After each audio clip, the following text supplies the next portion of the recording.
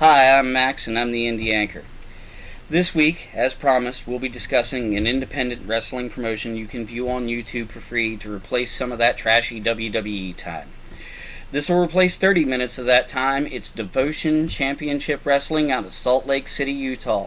And with me today is my buddy Perry, a martial artist of 18 years experience. So we're going to ask him some questions about how he felt about the promotion as opposed to how I felt, a long-time professional wrestling fan of 20 years plus experience with his, 18 years of martial arts, is it? Correct. Excellent. So, getting into it, first off, how did you feel about, because we watched 4 episodes. We watched 3 Season 2 episodes, 23, 20, and 18. And for a contrast, we watched Season 1, Episode 44. How did you feel about Season 2 as opposed to Season 1? Season 1, I felt it drew you in a little bit more. The darker lighting, it gave a little bit more of a dramatic effect. You didn't see so much of the background of, the facility. It really gave an overall focus of the match itself. Excellent. The dark lighting for both of us, in my opinion, is a much better way to go. I liked the darker lighting of the first season. It was really, like he said, it just drew you in. It got you more involved. Just overall, the darker lighting's the way to go. But if they don't, it's still a solid promotion. Yet again, everything about this, it's a wrestling school, so it's not only are the wrestlers being schooled, but the production staff itself. So they're learning things about producing wrestling just as much as the wrestlers are. Right. So is there anybody who really, really stood out for you as far as their in-ring? There was actually a couple wrestlers. One tag team, one solo. Okay, so who was the solo? Let's start with him. That would be Mr. Classic. I felt that he had an overall amazing package with character development, his emotions in the ring for selling the pain, the impacts. It was very believable. So his facials were really good. Yes, I would like to, see one of his promos, what he's actually capable of for trash talking. Yeah, like you haven't seen a promo, but you've seen his in-ring, and his facials are solid. You just really, he's hitting all the pegs for you in-ring, is he? Yeah, even down to his wrestling ability. He absorbs impacts. Not only does he have the salesmanship, he has good moves. He's energetic. He really draws you in to wanting to watch the match. And the match we watched was against, Leo Wolf, I believe? Yes. How'd you feel about the current Utah television champion, Leo Wolf? Another good wrestler. Good striking ability, good with his slams. I felt his ability to work with Mr. Classic in that particular match was good chemistry. Mr. Classic had the ability to sell the impacts, and Wolf wasn't hesitant to actually use slams to, show the size difference. But even though Mr. Classic was smaller, it was believable. Something that I had an issue with, Leo Wolf, his speaking ability, his trash talking, a little weak, but it was still believable that he was the tough guy. But you also saw him in that particular instance without his manager mouthpiece. Right. So how did you feel once you had seen another episode with him having his manager? He seemed a lot more comfortable. He didn't have to speak as much, but when he did have to interact with the crowd through the microphone, he was more aggressive. He drew out the character a little bit more. I think that gave him the confidence he needed because he didn't have to focus on what he was saying. So I feel like that aspect was really good for his character development. Awesome. So the tag team that stuck out for you was the Idaho Wrecking Crew. So tell me how you feel about them. Right. They're very good at selling themselves. I was skeptical at first, especially with Livings wearing a mask. You can't see that facial expression.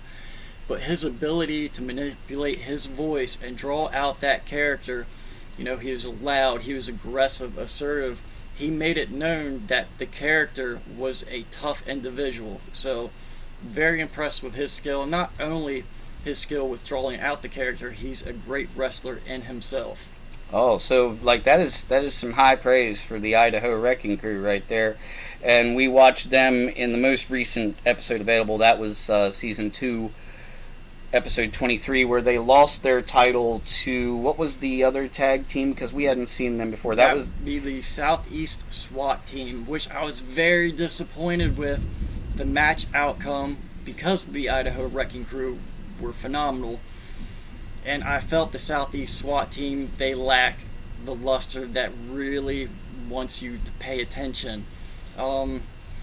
Blackwell did not cut it for me. I couldn't get into his moves. I felt like he held a lot back with impacts, like he was afraid of hurting somebody.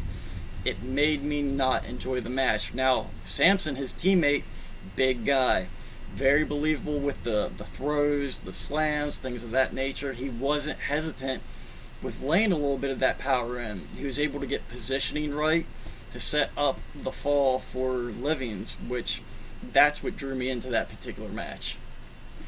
Right on. Okay, so now we've talked about in-ring ability. Who really nailed it for you on the promos? On the promos, on one of the later episodes we watched, surprisingly, a unique character was Josh Glade. I had never seen a character development like that. He played Crazy very well. He didn't have to speak, but he still knew how to portray the character. The segment you're talking, I believe, was the puppet show before their triple threat match, right? Yes, it was entertaining. I laughed. Yes, it was ridiculous, but it was entertaining. It drew me in, and it was part of character development. Okay, so who really disappointed you on the promo section of the roster? Andrew Sowell.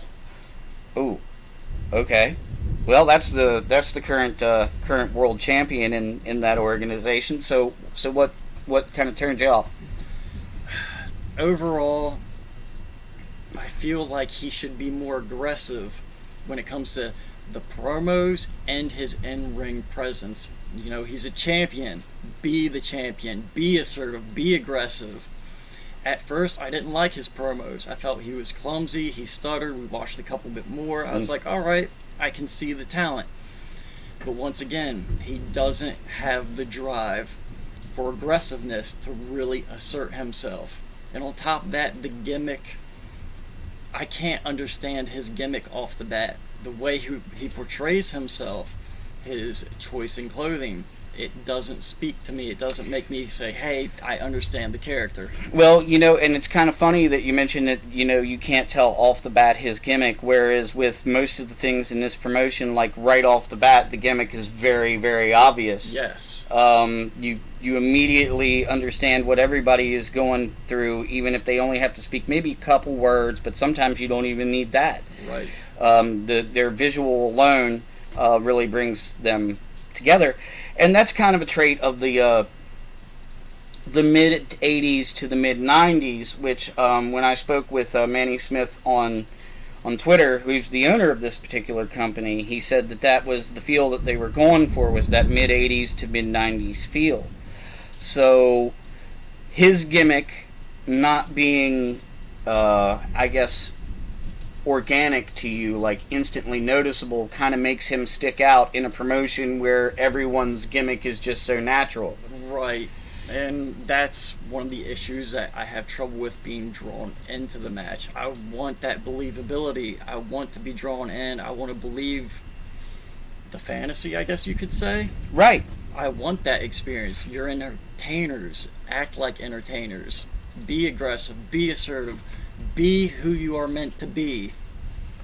And don't do shit you don't know how to do. Yes. That's a Jim Cornette line, and I know that Jim Cornette draws a lot of heat one direction or the other, but he's right about that, folks. Whether you're a fan or a wrestler, don't do shit you don't know how to do, because not only does it not look believable, but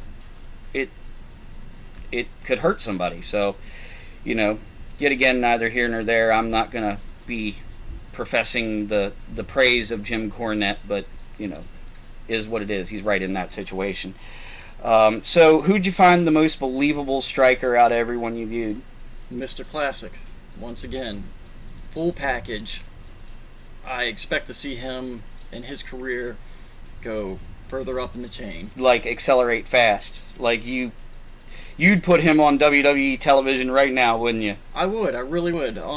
We've sat down and we've watched, WWE presently in the past. And even with the professionals at that level, I've seen some issues. Believability. Not taking the impacts they should. It throws you out. And when you're at that level in the game, you need that believability. I feel like there should be no hesitation. I felt Mr. Classic was putting it out there.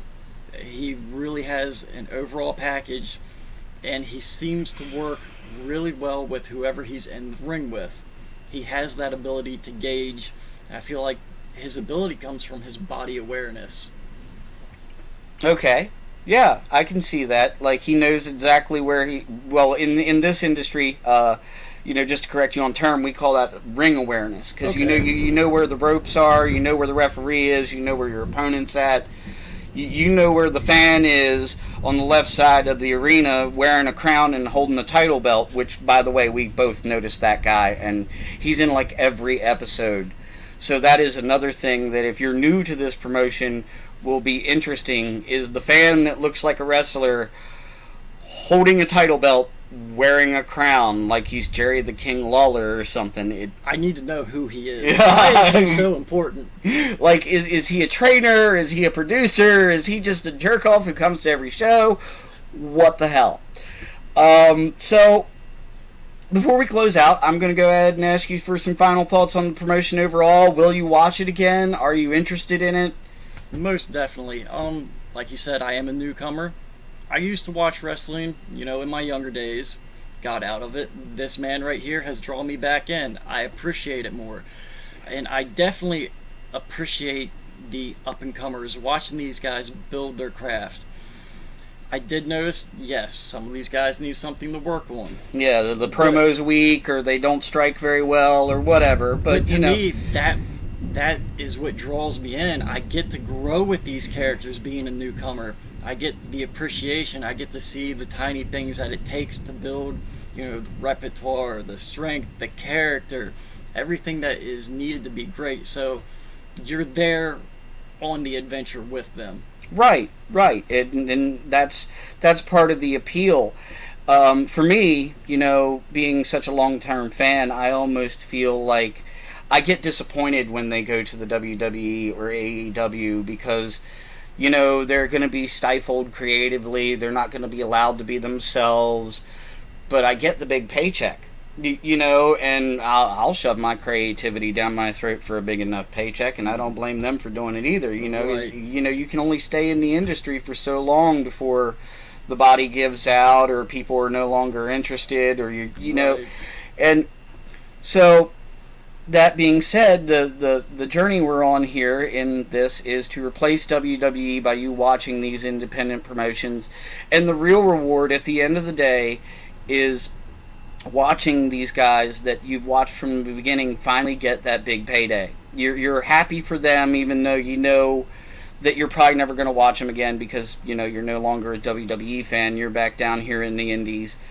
But maybe it's going to get eventually. Maybe there will be a turnaround, and you will have interest in the WWE again. That is the hope. Because of these characters. Exactly. That is the hope. But in closing, my thoughts on Devotion Championship Wrestling is that it is very, very entertaining to watch. Especially, it's like its own piece of nostalgia. Like I said, with it. Really sourcing itself from mid-'80s to mid-'90s, like that's a period that's been lost and certain things about it have been lost, and focusing in that way to that particular style is a piece of wrestling that a lot of people are looking for. And if that's what you're looking for, DCW is for you. They're on Twitter, they're on YouTube every week, they're on Fight App, and that was lightning, and I just jumped. But anyway, this is the Indy Anchor, and as always, like, share,